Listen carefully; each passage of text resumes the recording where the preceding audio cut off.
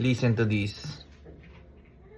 Nakakalungkot ang style ng maraming religions. Ayaw ka na nilang makinig sa iba, sa kanila lang. Do not listen to only one teacher. To only one teaching. Brainwashing ang mangyayari doon. At ito, nakakalungkot ang style ng maraming religions. Ayaw ka na nilang makinig sa iba, sa kanila lang. Ayaw ka na nilang may ibang malaman, dapat yung ipinaalam lang nila.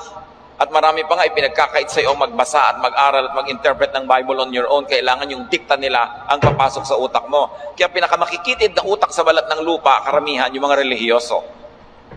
Kasi isa lang ang pinanggagalingan, controlled teaching. Binigyan tayo ng Diyos ng napakaraming capacity to think, ng mayaman na senses, hindi para isuko natin at ipaalipin sa isa o dalawang tao o organisasyon na kokontrol sa ating utak.